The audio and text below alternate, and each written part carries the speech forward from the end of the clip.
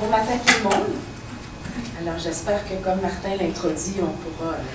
se divertir et échanger avec plaisir et profondeur pendant cette journée. Je remercie d'ailleurs Martin Goliath pour l'invitation. J'avoue que c'est un certain challenge d'ouvrir le colloque le matin en remplacement de Patricia Longe, qui aurait probablement introduit le colloque de façon beaucoup plus générale sur la thématique, alors que j'arrive avec un terme peut-être plus singulier, plus spécifique. Mais j'espère à travers la présentation du travail de rue quand même ouvrir des portes qui peuvent rencontrer les préoccupations des autres personnes ici présentes. Donc c'est pour moi un plaisir d'être avec des acteurs à la fois du terrain et de la recherche et du monde, j'imagine, de la gestion des services aussi qui sont présents pour discuter sur cette thématique qui croise toutes sortes de dimensions d'intervention auprès des jeunes en difficulté. Donc le thème que moi j'aborderai aujourd'hui, c'est la pratique du travail de rue. Donc de questionner un peu la position du travail de rue à l'intérieur des logiques de continuum de service. Donc en introduction, on peut dire que le travail de rue, si on part d'une définition très générique, on peut dire que le travail de rue, c'est un mode d'intervention sociale hors mur qui vise à rejoindre et accompagner des personnes et des groupes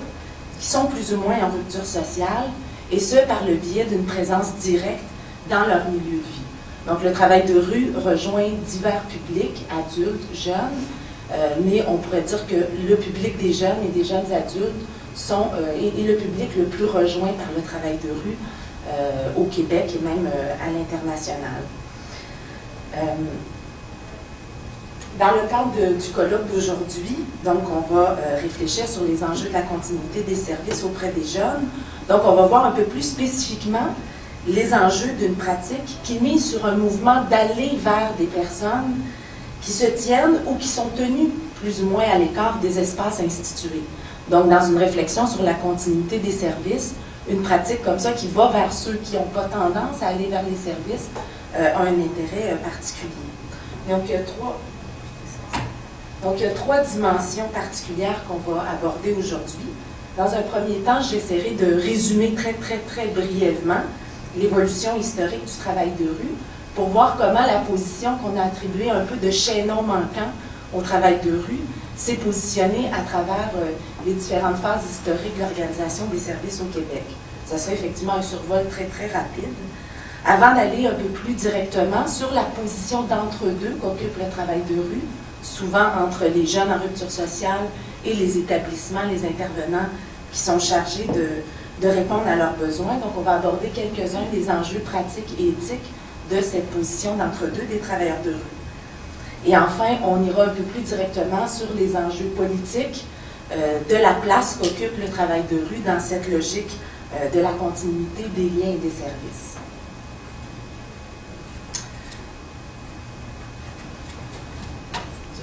En même temps. Donc, excusez-moi.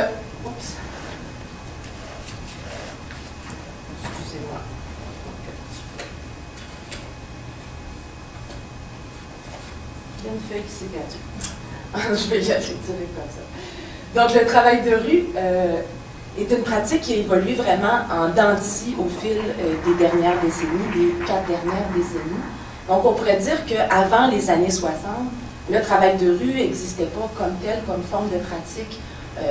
au Québec, mais plusieurs formes d'entraide naturelle ou d'action sociale font partie des inspirations du travail de rue, qu'on pense à Jane Addams, une organisation communautaire, qu'on pense à l'action des paroisses, ou encore qu'on pense même à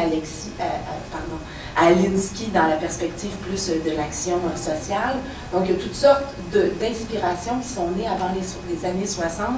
mais on devra attendre les années 60 avant de voir l'apparition de premières pratiques du travail de rue. On pourrait dire même plus vers la fin des années 60, où ces pratiques ont vraiment émergé. Donc, les pratiques de travail de rue à la fin des années 60 correspondent à la période de participation sociale au Québec, donc dans le vent de la Révolution tranquille, la mise en place du réseau de la santé et des services sociaux à la fin des années 60. On pourrait dire qu'un des âges d'or de la pratique du travail de rue ou du travail de milieu, on l'a appelé de différentes façons, et cette période du début des années 70, donc fin des années 60, début des années 70, où des personnes issues de la contre-culture, des personnes elles-mêmes potentiellement consommatrices légères de drogue, qui connaissaient bien la culture de la jeunesse de l'époque, étaient intégrées dans des équipes multidisciplinaires, entre autres à l'hôpital Sainte-Justine, pour aller à la rencontre de cette jeunesse qu'on ne comprenait pas tellement. Et donc, d'entrée de jeu, des personnes non professionnelles ont été intégrées dans des équipes professionnelles, et à cette époque-là, il y avait une grande quantité de gens qui ont occupé ce type de fonction. Donc, c'est un peu l'âge d'or du travail de rue, c'est son origine au début des années 70. Les années 70, où on a connu un peu la structuration institutionnelle de ce réseau qui avait été mis en place, ont entraîné une reconnaissance de l'expertise développée par ces praticiens travailleurs de rue et a entraîné leur embauche au sein, par exemple, des CLSC qui étaient mis en place, des centres d'accueil pour les jeunes, avec un souci que ces individus gardent un peu un pied dehors, un pied dans la rue pour continuer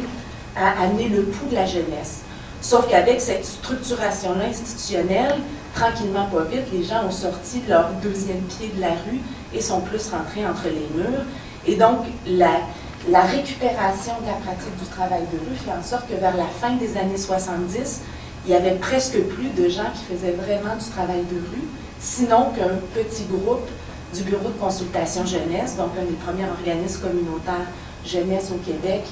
qui, lui, continuait vraiment à porter cette pratique du travail de rue. Donc, ici, on voit un premier paradoxe de la reconnaissance de l'expertise des travailleurs de rue qui a un peu siphonné les travailleurs de la rue pour les entrer à l'intérieur des murs. Ça a suivi avec la période des années 80,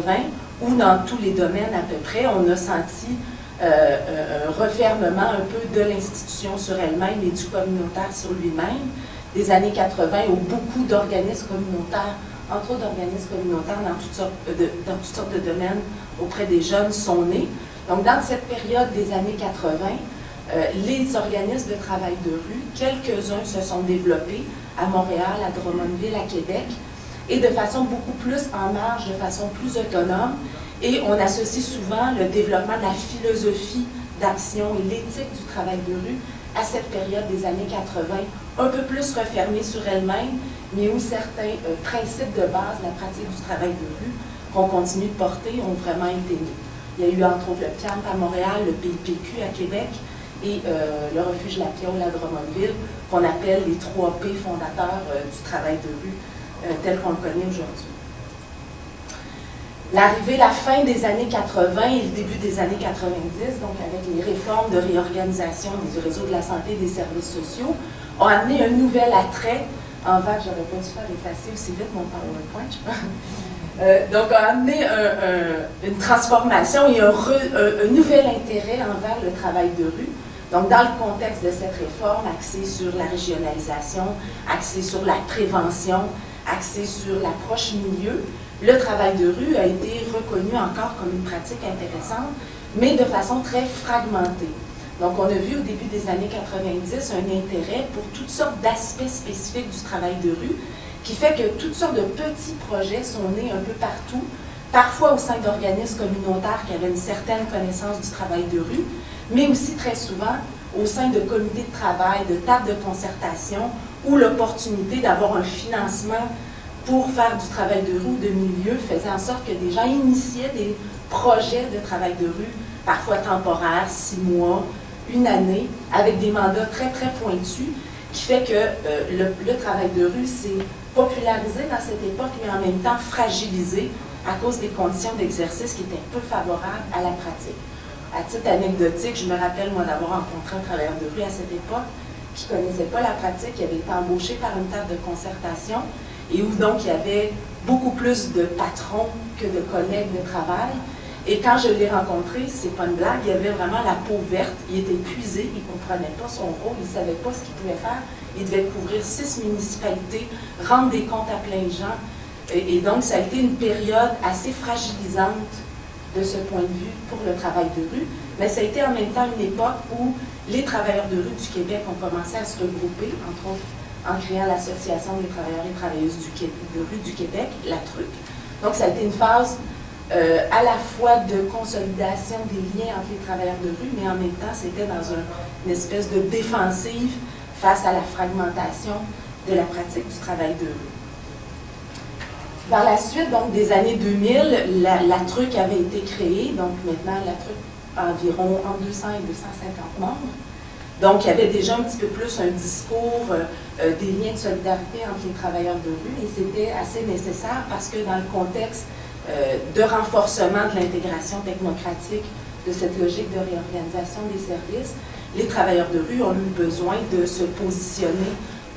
par rapport aux différents enjeux qui pouvaient récupérer leurs pratiques. Donc, on a cherché à partir des années 2000, on a aussi créé un regroupement des organismes communautaires québécois en travail de rue, le ROC-TR, donc qui en appui à la TRUC, qui avait plus un rôle au niveau de la pratique et de l'éthique, donc pour essayer de positionner le travail de rue et mettre en valeur des conditions d'encadrement, des conditions organisationnelles qui permettent au travail de rue de vraiment se déployer sur le terrain plutôt que d'agir de façon éparpillée un peu partout. Les années en cours aujourd'hui se poursuivent dans cette même logique d'intégration technocratique avec des critères de plus en plus associés à la nouvelle gestion publique et donc une nécessité de prouver les résultats du travail de rue pour être sûr d'avoir les ressources pour réaliser cette pratique. Donc, il y a tout un travail au niveau du discours, au niveau des outils de gestion pour arriver à rendre compte de cette pratique très globale dans la communauté à l'intérieur des critères des bailleurs de fonds. Donc, un élément qui ressort de cette perspective historique sur l'évolution d'une pratique relativement marginale, donc un élément qui ressort comme tension fondamentale, c'est l'enjeu de la question de la méconnaissance ou de la non-reconnaissance du travail de rue. Donc, face à ce sentiment parfois que le travail de rue est mal compris ou méconnu, les travailleurs de rue, souvent, et surtout sur le fait que la méconnaissance du travail de rue va parfois, dans certaines phases historiques, occulter complètement la pertinence de cette pratique, ou encore faire une espèce de confusion des genres, que ce soit de confondre le travailleur de rue avec un balayeur de rue, une prostituée ou encore un patrouilleur de rue qui travaille pour la police. Il y a toutes sortes d'images associées par le fait que le travail de rue est méconnu. Donc cette méconnaissance ou cette non-reconnaissance a amené les travailleurs de rue dans une démarche de quête de reconnaissance pour davantage assurer la légitimation de ce rôle du travail de rue. Dans cette quête de légitimation, on est attiré par certains gains envisagés du fait d'être mieux reconnu. Entre autres, on imagine qu'en étant mieux reconnu, on va le voir aussi très bientôt, que le potentiel du travail de rue peut être davantage valorisé et mis à profit. On pense aussi que la reconnaissance peut entraîner une certaine stabilisation des ressources qui peut favoriser l'amélioration des conditions d'exercice et des conditions d'existence de l'intervention de proximité. Donc, dans cette quête de reconnaissance, c'est ce qu'on veut aller chercher. En même temps, à cause des enjeux historiques, des pièges sont aussi anticipés dans la reconnaissance du travail de rue. Donc, on craint une certaine récupération institutionnelle telle que je l'ai décrit tout à l'heure à la fin des années 70. Et on craint aussi que la formalisation soit tellement contraignante au niveau des modalités d'évaluation, des modes de gestion, des modes de concertation. Donc, ça amène à réduire la valeur du lien de la proximité que permet le travail de rue à sa fonction instrumentale de dispensation de services. Donc, un petit outil chirurgical qui permet d'aller jusque là où il y a le bobo dans une perspective vraiment instrumentale. Donc, avant d'aller plus loin sur les enjeux, on va regarder un petit peu plus quelques aspects de cette notion de proximité qu'on utilise souvent pour qualifier le travail de rue. La notion de pratique de proximité n'est vraiment pas réservée au champ du travail de rue et de milieu jeunesse. C'est une thématique utilisée dans différents pays. Il y a d'ailleurs un ouvrage qui est sorti au cours des dernières années sur les pratiques de proximité menées par les milieux institutionnels, entre autres auprès des personnes souffrant de problèmes de santé mentale. Mais c'est aussi une terminologie qui colle bien au discours du travail de rue. Donc, ce que permet d'abord et avant tout la proximité, c'est de prendre le temps de créer un rapprochement, donc, comme on le disait tantôt, d'aller vers les populations plus ou moins en rupture sociale, dans le cas qui nous intéresse aujourd'hui, de se rapprocher des jeunes plus ou moins en rupture. Donc, ce que ça implique comme type de proximité d'abord, c'est une proximité géographique. Donc, le fait de ne pas attendre que les gens viennent dans notre ressource, mais de mettre le pied dehors, d'aller vers les lieux où se retrouvent les populations qu'on veut rejoindre. Par contre, la proximité géographique ne peut pas se faire sans une proximité culturelle. On n'arrive pas comme ça dans la rue, en habit cravate, puis tout d'un coup on dit « je suis là, je peux vous aider, je vous offre mon service ». Il y a tout un travail d'acculturation partielle qu'on doit faire pour être admis, être accepté dans les espaces de vie. Donc, il y a tout un travail de proximité culturelle qui permet aux travailleurs de rue d'être ensemble avec les personnes qui cherchent à rejoindre. Donc, on vise à rencontrer les gens directement dans leur milieu pour être en mesure de tisser des liens de confiance qui vont être basés sur la reconnaissance mutuelle. Donc, il y a tout un long travail des travailleurs de rue, surtout parce que souvent, ils veulent aller rejoindre ceux qui sont les plus méfiants à l'égard du système et des services. Donc, tout un travail délicat de création de liens, un temps, une période qui va souvent pas être rentable dans l'immédiat, donc qui est composé de moments à ne rien faire ensemble, des moments à partager des conversations relativement futiles ou profondes, mais où la finalité n'est pas l'intervention, mais le développement d'un lien qui va être le socle éventuel d'une intervention plus étoffée. Et donc, c'est à travers ce développement de proximité relationnelle qu'on va développer un lien d'être avec l'autre et qui va nous permettre graduellement de devenir un acteur significatif dans le monde des jeunes, dans la relation avec les personnes, où le travailleur de rue va pouvoir contribuer à stimuler, à animer les liens sociaux, que ce soit pour prévenir l'engrenage de la marginalisation ou encore pour amoindrir cet engrenage quand c'est auprès de personnes qui sont déjà marginalisées. Et à ce moment-là, c'est à travers, entre autres, une proximité méthodologique, donc une capacité de faire avec ce que les gens sont, de faire avec ce qu'ils ont comme ressources, plutôt que d'arriver avec tout un attirail d'une intervention préprogrammée. Donc, on développe une proximité dans la méthode d'intervention auprès des gens. On va aussi mettre à profit une proximité stratégique, donc le fait d'être en relation directe avec les gens dans la population visée, la communauté plus large, à la fois en lien avec les intervenants dans les établissements. On va mettre à profit cette position stratégique pour agir entre les acteurs et favoriser les liens. Et enfin, on va nécessairement avoir éventuellement à prendre position avec les personnes qui sont plus ou moins touchées par des injustices, des inégalités, des ruptures sociales, et se positionner donc de façon politique avec ces personnes en rupture sociale. Ce qui est assez nécessaire pour maintenir sa légitimité auprès de la population qui nous accepte dans ces espaces de vie marginaux. Donc, ayant présenté ces principes de la pratique de proximité, maintenant, on va regarder un peu plus les différents enjeux qui touchent cette position d'entre-deux des travailleurs de rue entre les personnes en rupture et les structures sociales. Donc, au niveau des potentialités de cette reconnaissance, on pourrait dire que le fait que le travail de rue soit reconnu par les autres acteurs sociaux va lui permettre de jouer un rôle de pivot entre les personnes en rupture sociale, donc les jeunes en rupture, et les structures sociales, ce qui va lui permettre de jouer toutes sortes de rôles de reliance, que ce soit par la référence, l'orientation, des démarchages, parfois une traduction culturelle, un rôle de modérateur, de médiateur, de collaborateur, donc toutes sortes de fonctions de pivot qui peut jouer dans cet entre-deux. Je vais faire ressortir quelques-uns des potentialités qui ressortent de ça.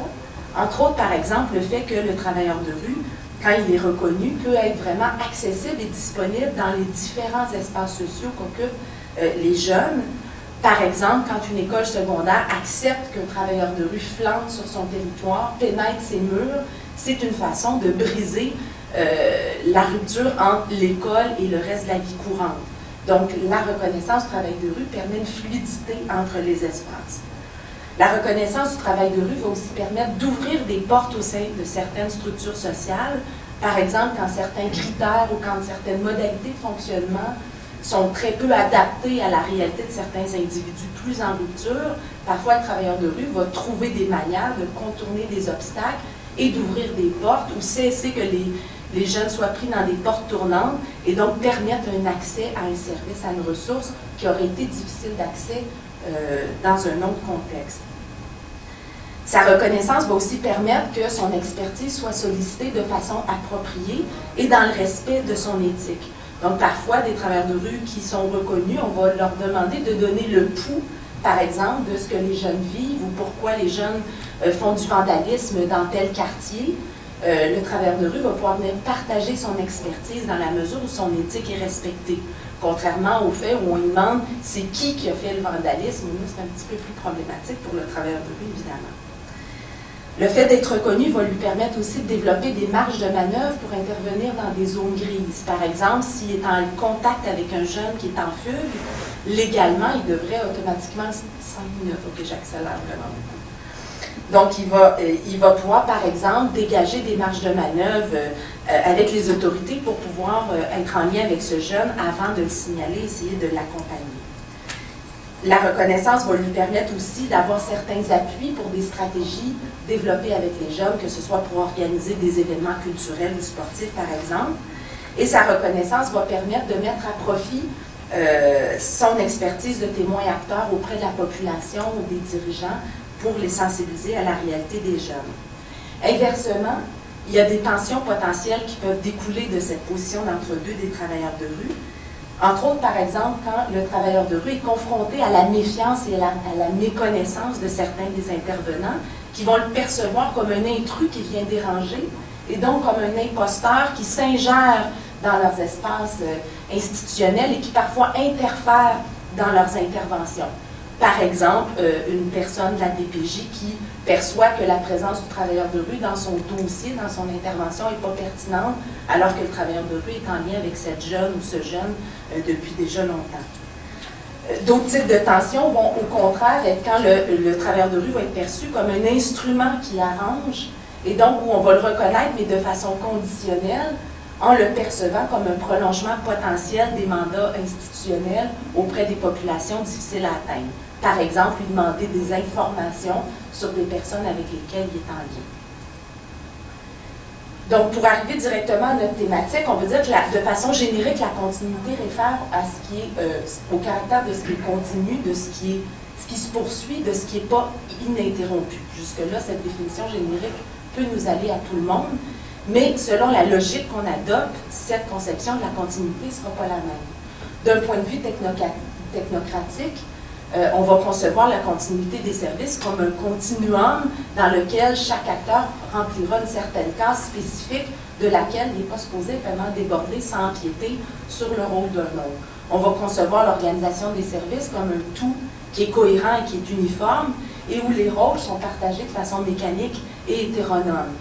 Donc, on va être un peu obligé d'adhérer à la définition de tous pour pouvoir être intégré dans ce continuum et on va être soumis à une standardisation des critères de définition des réalités et d'évaluation de l'intervention. Dans une logique de continuité, dans une logique dialogique, la continuité va davantage être conçue comme la volonté d'éviter les cassures de sens et les cassures de lien dans l'accompagnement qu'on va faire d'un jeune ou d'un groupe de jeunes. Donc, en ce sens-là, on va devoir reconnaître la complexité de la réalité et la nécessaire diversité des mandats et des moyens pour approcher ces différents groupes de jeunes. En ce sens-là, on va miser sur une dynamique d'autonomie partagée qui implique nécessairement un rapport de coopération conflictuelle, qui implique d'être en accord sur des aspects, en désaccord sur d'autres, et qui va faire que les critères de définition de la réalité et d'évaluation de l'intervention vont être nourris par la participation intersubjective des personnes qui sont impliquées dans ces continuums. Donc, on pourrait dire dans ce contexte que la continuité des services, donc la logique purement gestionnaire de la continuité, pose un cadre contraignant qui risque de nuire à la continuité de sens et de lien du rôle d'accompagnateur et de médiateur que les travailleurs de rue essayent de développer dans les espaces sociaux qu'occupent les personnes, les familles, les groupes et les communautés. Donc, ces deux logiques qui ne sont pas toujours faciles à arrimer, entre autres parce que les pressions technocratiques de cette logique, quand elle est purement gestionnaire, font en sorte que la spécialisation, le morcellement des services, le cloisonnement des mandats, la pression au rendement quantitatif avec des résultats qui sont vérifiables, qui sont mesurables, la gestion qui est fragmentée, la concertation qui est parfois conditionnée plutôt que naturelle entre des acteurs qui ont des convergences dans leurs approches, Donc, toutes ces différentes pressions technocratiques vont souvent avoir un effet de reproduire la rupture de liens sociaux, entre autres à cause de l'instabilité des ressources que ça peut engendrer, le temps que ça comprime souvent parce qu'il faut rendre des résultats, l'effritement des liens qui peuvent en découler, et souvent la perte de capacité de prendre en compte les singularités des acteurs à l'intérieur de cette logique très contraignante. Et ça, ben, ça va à l'encontre directement de la contribution que les travailleurs de rue, les travailleurs de milieu, je dirais plus largement d'autres acteurs communautaires jeunesse, mais ici j'ai traité spécifiquement du travail de rue. Donc ces différentes pressions technocratiques vont souvent aller à l'encontre d'une logique dialogique où on veut contribuer à tisser, à co-construire des liens sociaux entre les jeunes eux-mêmes, entre les jeunes et leur environnement, et entre les jeunes et les établissements sociaux. Donc en conclusion, on pourrait se demander si, comment on peut, du point de vue de la... Oh non, j'avais encore d'autres choses, mais je vais, comme le temps est très comprimé, je vais rapidement passer ici sur des dimensions de l'approche des travailleurs de rue qui est compromise par cette logique de fragmentation et de structuration gestionnaire des services. Donc, l'aspect volontaire, l'aspect global, le non-jugement est souvent fragilisé par ces différentes pressions. Mais inversement, on pourrait dire que ce qui peut consolider la valeur du travail de rue dans une perspective dialogique, c'est le fait de nourrir des espaces réflectifs, des espaces d'analyse critique, et de réussir à mettre en valeur, et les travailleurs de rue travaillent très fort à développer des outils statistiques qui vont répondre aux exigences des bailleurs de fonds, mais qui vont réussir à mettre en valeur l'efficacité pratique et symbolique de la présence sociale et du lien social des travailleurs de rue. Donc, on peut se demander ultimement, dans ce continuum des services, comment on veut mettre à profit la position d'entre-deux des travailleurs de rue. D'une part, on peut souhaiter que le travailleur de rue agisse comme pont, donc qu'il soit un vecteur de communication qui aide à décristalliser les relations qui sont parfois figées entre les jeunes et les adultes et les structures sociales, donc qui contribue comme pont à ouvrir des passerelles entre les jeunes et les structures, ou sinon, dans un monde qui se rigidifie de plus en plus, le travailleur de rue est souvent appelé à jouer un rôle de tampon pour essayer de réduire les méfaits de cette cristallisation-là des liens parfois entre les établissements, la société et les jeunes en rupture sociale. Je vous remercie beaucoup. Au plaisir de discuter.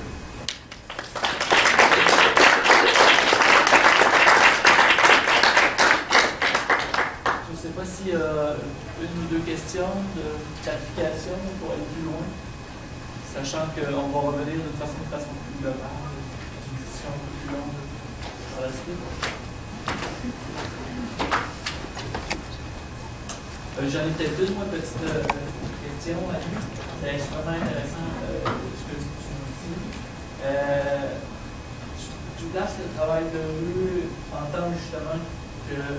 espace intermédiaire, hein, le global et le local.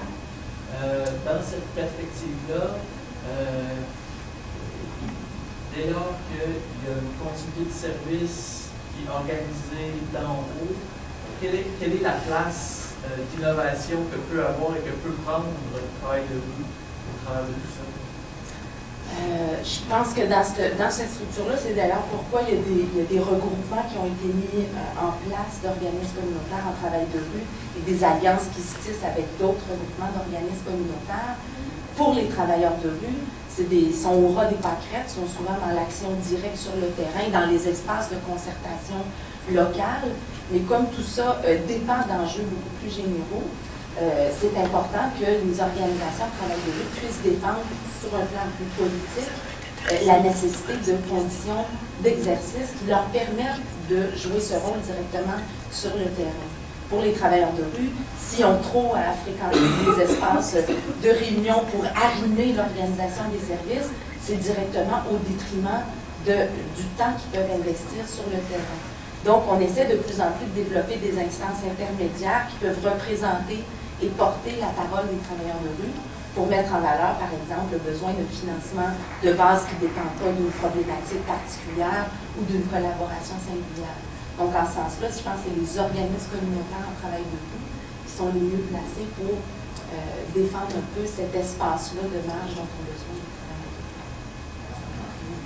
Oui, une question par rapport à la reddition de compte des travailleurs de rue. Comment on fait pour évaluer la performance et ce qu'ils font sur le terrain par rapport à leur mandat qui est quand même facilement rejoignables, c'est très large, c'est dur de voir ce qu'ils font aussi. Comment on fait pour lever? Ils usent énormément. Dans les dernières années, il y a beaucoup d'ingéniosité parce qu'il y a, mettons, il y a 10 ans, les travailleurs de rue refusaient systématiquement de faire des statistiques parce que c'était comme inconcevable avec la pratique généraliste. Après, on a le problème d'avoir des financements tellement fragmentés qu'ils doivent fournir des statistiques relatives à des problématiques, à des programmes et reproduire. Donc, ça a été des cafouillis souvent. Je dirais depuis les dernières années, ils ont développé des programmes qui essaient le mieux possible de rendre compte de la valeur de la durée d'un lien, de pouvoir rendre compte des différents accompagnements réalisés avec de mêmes jeunes. Donc, ils essayent de se trouver des formules et un peu d'imposer à leurs bailleurs de fonds ou à leurs partenaires de prendre en compte ces outils-là généraux qui appliquent à l'ensemble des problématiques. Donc, c'est vraiment en cours en ce moment où les gens sont en train de développer des outils qui essaient un peu plus de coller à la réalité réelle, mais qui en même temps permettent une certaine révision.